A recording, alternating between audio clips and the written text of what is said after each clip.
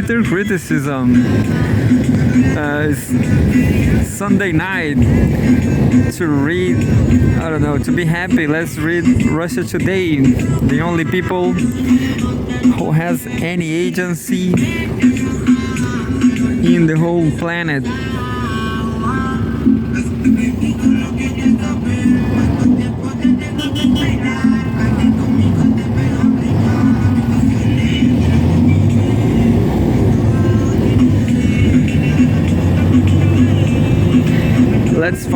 Let's try to find some news from Russia. Orban, something from Viktor Orban.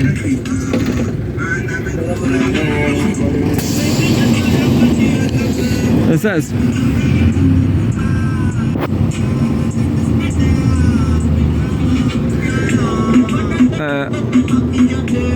March 23, 2025, Home World News. EU strategy towards Ukraine is rudderless, Orban. Brussels risks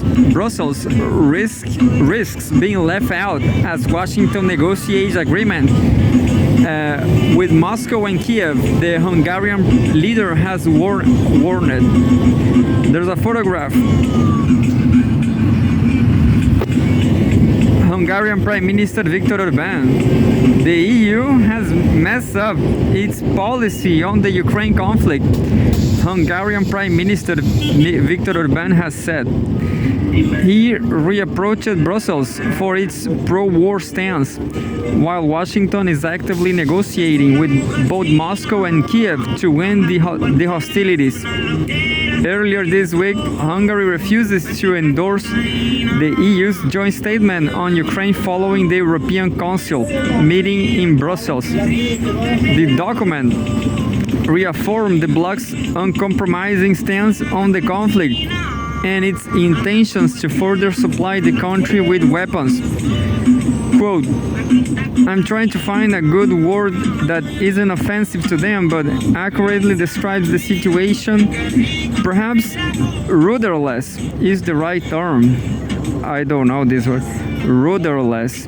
Orban said on Friday in an interview with Kossuth Radio when asked to assess the EU's strategy regarding Ukraine and during the post-war period in general. I wonder if Orban spoke in English, if he actually said the word rudderless, but because I don't know this word, I'm sorry, too ignorant, but that's why I'm reading news. The Hungarian leader warned that at some point Europeans will find themselves in, quote, a situation where everything is already settled, end quote, emphasizing that Brussels won't even be needed for the agreements that could eventually be reached by Washington. Shortly after taking office on January 20, U.S. President Donald Trump launched a diplomatic campaign aimed at mediating an end to the conflict. His special envoy to the Middle East, Steve Witkoff, recently suggested that a complete ceasefire between Kiev and Moscow could be reached within several weeks. Quote, there will be an American-Ukrainian agreement, an American-Russian agreement, and even a Russian-Ukrainian agreement brokered by then the U.S., Orban said, stressing that the bloc had messed up. You know, this guy, as I read earlier today, this guy, Witkoff, where is his name? Steve Witkoff. He said Hamas is the aggressor. In Al Jazeera, Al Jazeera said that he said, quote, that Hamas is the aggressor. Anyway, the Prime Minister recalled that he had warned earlier that unless the U.S. quote changed our pro-war position and started outlining and standing for an independent European stance, we will find ourselves exactly in the position that we are in now. The future of Europe is being settled without us, end quote. The Hungarian authorities have long criticized the EU's approach to the Ukraine conflict as being incapable of ending the hostilities and damaging to the bloc's member states. Orbán has urged EU leaders to align the bloc's stance with what of the Trump administration. He stressed that while the US is opting for a peaceful resolution of the conflict, the EU is pursuing a policy of more war. Yeah, I've heard that people say, even Orbán, yeah, I guess is all the time Orbán is saying that. I guess Orbán is a pretty nice guy. If Nobel Prize was fair, Viktor Orbán would be a strong candidate for the peace Nobel Peace Prize.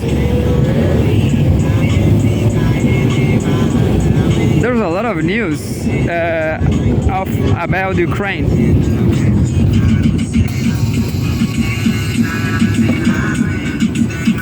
This one says, March 23, Home World News. U.S. sets Easter target for Ukraine ceasefire deal, Bloomberg. Moscow has accused Kiev of multiple violations of the partial truce imposed earlier this week. There's a photograph, a Russian serviceman in a damaged church. Goncharovka, Kursk region, Russia. It's not the same church in Novorossiya. I don't remember now. Kherson. I don't remember. Donetsk. No, it's Donetsk, where Pepe Escobar always talking about.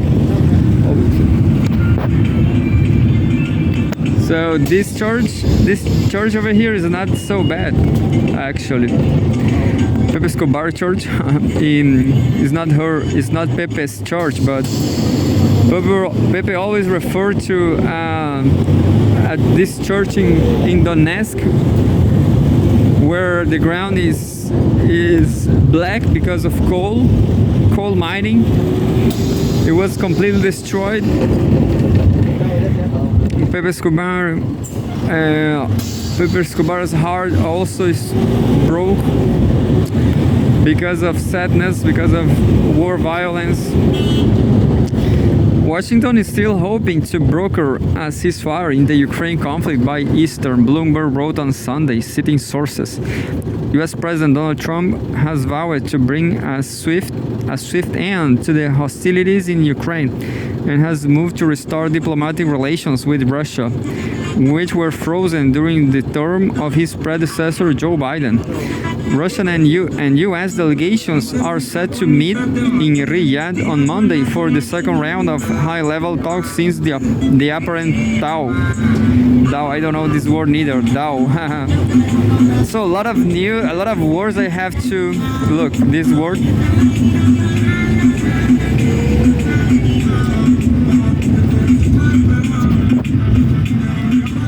And the previous one, I don't know, it was in the headline. Following Tuesday's phone conversation between Trump and Russian President Vladimir Putin, Moscow agreed to a mutual temporary halt on strikes against energy infrastructure, which it says Kiev immediately violated.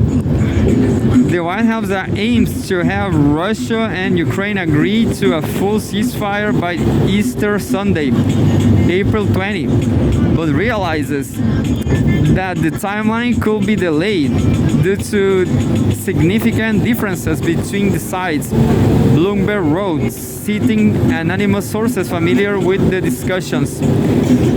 Prior to talks with Trump's special envoy Steve Witkoff in Moscow last week, Putin stated that while he is open to a 30-day ceasefire, all military supplies to Kiev as well as the Ukrainian draft campaign need to stop to avoid strengthening Ukraine during the pause.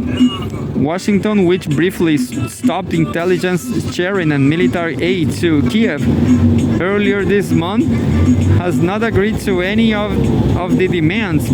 U.S. officials told Bloomberg, according to the newspaper's U.S. sources, Trump wants any potential deal to be acceptable to Kiev, and it's prepared to concede too much. Despite agreeing to the terms of the U.S. brokered partial truce, Ukraine struck an oil depot in southern Russia the day after the agreement and blew up a gas metering station in Russia's Kursk region on Friday. The violations show that Ukraine's Vladimir Zelensky is not trustworthy, Kremlin spokesman Dmitry Peskov said in an interview on Sunday. Quote, the Kiev regime's words and Zelensky's word are not worth much, he said. Ukrainian claims that Russia shelled its own gas metering station in Zhucha are quote-unquote absurd, he added. Earlier this week, Putin stressed that Russia needs to hear a concrete plan on how a full ceasefire will be enforced and regulated before Moscow agrees. And that was pretty much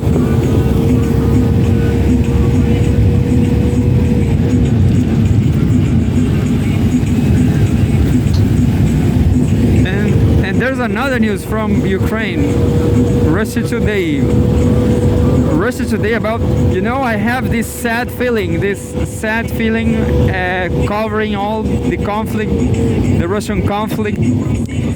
I have this feeling that maybe this is not going to stop, It's hard to stop these conflicts. Either Ukraine or Palestine, I guess even Palestine is easier to solve by completing the genocide. Unfortunately, the genocide is easier to achieve than destroying Ukraine or Russia. I guess the Ukraine conflict, this is the beginning of the World War III or something like that, because who knows? I hope not. I hope Ukraine get denazified. Yeah. Let's read more news. March 23. EU policy on Ukraine conflict, quote unquote, paradoxical. Kremlin. Kiev's backers should be interested in peace, but speak only of war and militarization. Spokesman Dmitry Peskov has said.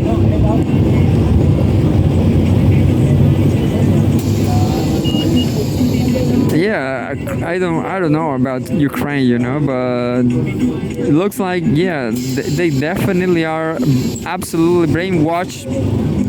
I guess even the population, but somehow there's no more people to fight this war. So the approach taken by the Western powers to the Ukraine conflict makes no sense, because instead of seeking peace, they have decided to engage in reckless militarization, Kremlin spokesman Dmitry Peskov has said.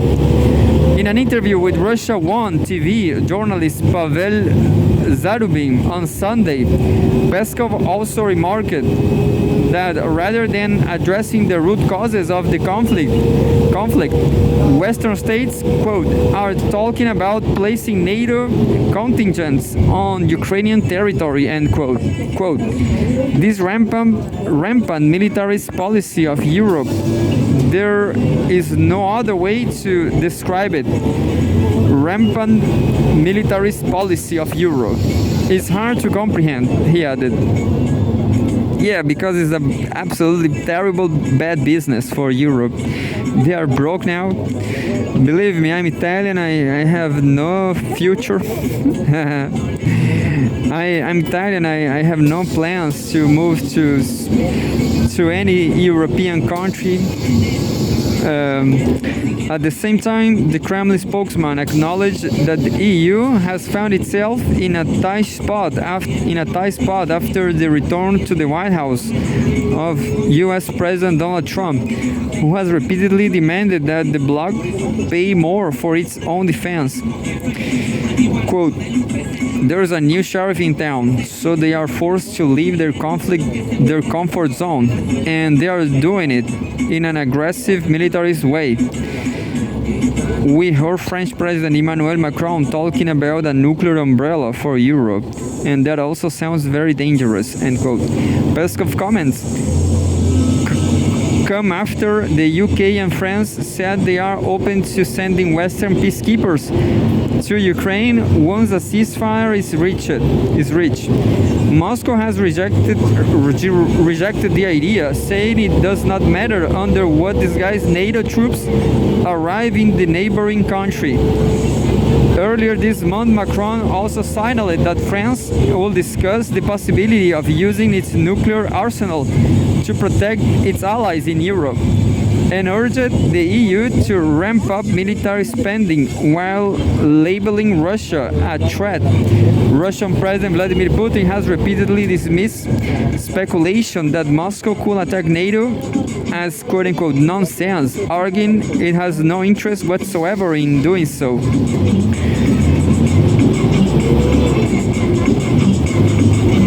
I guess it's a nonsense too. I'd at least watching Russia Today TV and reading everything from Russia. This is not going to happen.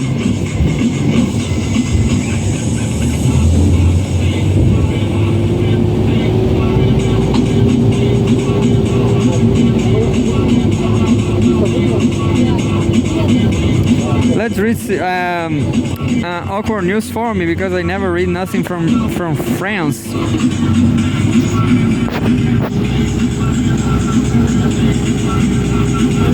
It says French regulator orders 2 more Russian channels banned. France's ARCOM has cited the 2014 sanctions as a reason for the decision. There's a photograph, a logo of the French satellite operator